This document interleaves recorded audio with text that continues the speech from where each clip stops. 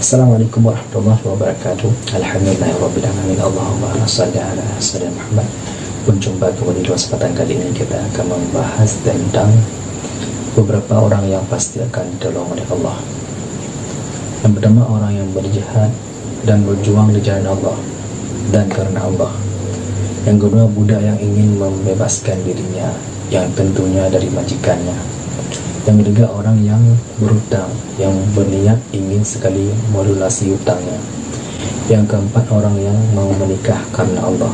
Wahai pemuda, menikahlah karena menikah itu adalah ibadah. Demikian, semoga bermanfaat. Wabillahi taufiq wal hidayah. Assalamualaikum warahmatullahi wabarakatuh. Salim meninangau.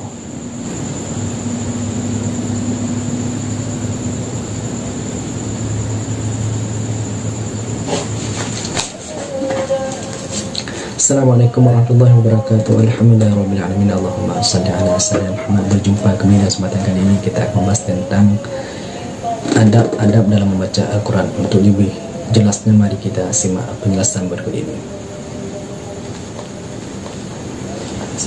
Bismillahirrahmanirrahim. Alhamdulillahirabbil alamin. Allahumma shalli ala sayyidina Muhammad. Ada beberapa adab dalam membaca Al-Quran, diantaranya yaitu yang pertama, menyentuh Al-Quran atau membacanya dalam keadaan suci, baik suci dari hadas kecil, lebih-lebih dari hadas besar. Cara suci hadas kecil yaitu dengan cara berwudu, dan suci daripada hadas besar dengan cara mandi junub atau mandi dari hadas besar, termasuk suci badan, suci pakaian, dan tempat waktu kita membacanya. Yang kedua, bersuak sebelum membacanya. Bersuak yaitu menggunakan kayu khusus yang untuk bersuak, atau bila tiada kayu khusus siwak, boleh dengan cara memakai sikat gigi dengan niat aku bersuak sunnah karena Allah Ta'ala. Yang ketiga, menggunakan pakaian terbaik, pakaian yang bersih, yang indah waktu dipandang, karena sebagai pakaian itu yang berwarna putih. Yang keempat, menghadap kiblat, harus menghadap seperti waktu kita sholat.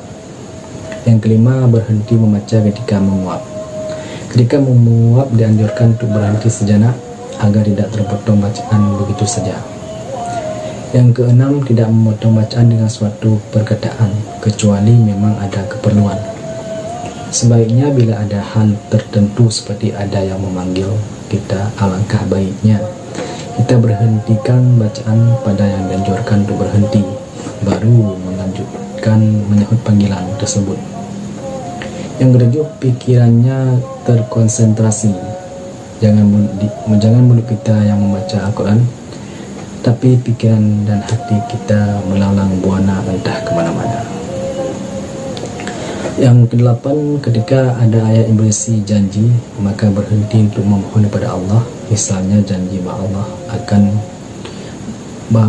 janji seperti misalkan janji bahwa orang yang taat dimasukkan ke dalam surga, maka kita memohon untuk mendapatkan rahmat surga itu dan sebagainya. Yang sembilan, ketika ada ayat yang berisi ancaman, memohon perlindungan kepadanya Allah. Misalnya orang yang ingkar kepada Allah akan dimasukkan ke dalam neraka, kita memohon perlindungan kepada Allah untuk dijauhkan dari azab neraka. Yang ke-10, tidak meletakkan Al-Quran tercerai-berai. Yang ke-11, tidak meletakkan sesuatu di atasnya Al-Quran. Alangkah baiknya Al-Quran diletakkan paling atas di antara kitab-kitab dan buku-buku yang lain. Yang ke-12, tidak saling mengeras bacaan terhadap orang lain.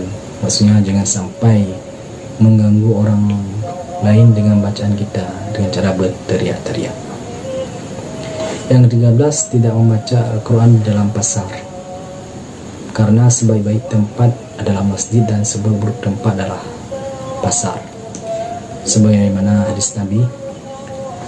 Yang 14, tidak membaca Al-Quran di tempat-tempat hiburan, misalkan tidak membaca di tempat-tempat karaoke, diskotik, dan lain sebagainya.